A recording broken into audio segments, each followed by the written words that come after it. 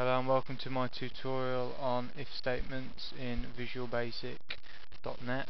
If statements are very handy because normally it comes if a condition is true or false, then do this statement.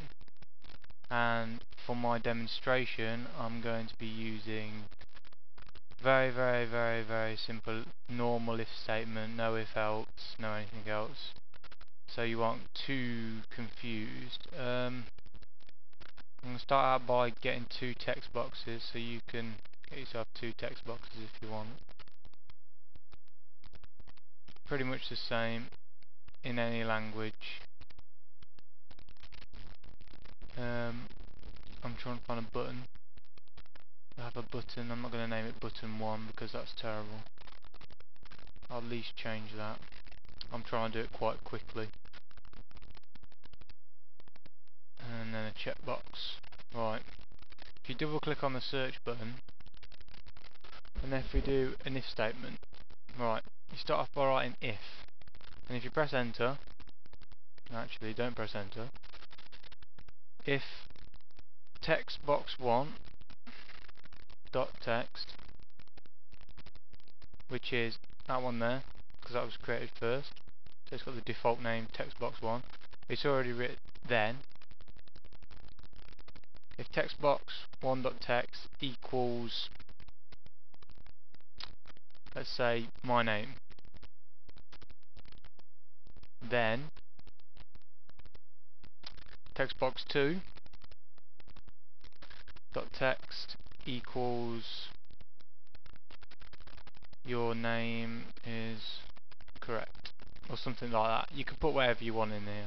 This is just a simple demonstration. And at the end of every if statement you need an end if, which is actually, it normally creates it for you. I didn't see it, but obviously it's already been done.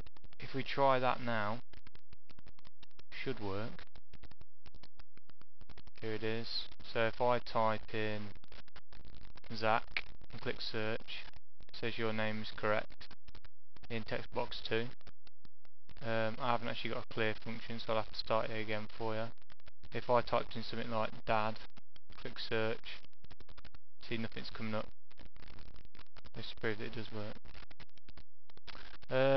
It can also be applied to things such as checkboxes and various other things like combo boxes and list boxes and whatever. I'm basically going to show you it real quickly. I'm going to actually code it within the button. So if you go back to your button coding window, now what you don't want to do with checkboxes is actually double click the checkbox, because you see it's checkbox 1, which is its default name, is checked, and then it's changed. You don't want it to change, you just want it to be checked. So watch out for that in the future. So we're going to do if checkbox 1 is checked, if the statement is true. You can put true on this one, I don't think it really matters. Then I'll set text box 2 dot text to equal check box 1, checkbox is checked, something like that. And close it, and then also it's already got the end if. You see it's very simple, but can it be adapted?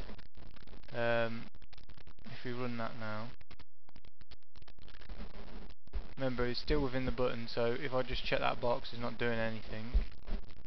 If checkbox 1 is checked and the search, it should say that checkbox 1 is checked, or checkbox is checked, which it does. Okay, there's my very simple explanation on if statements. I hope you liked it. I'm going to do one on if else and case and everything else that goes with it a bit later on, so I hope you enjoyed it, and thanks very much.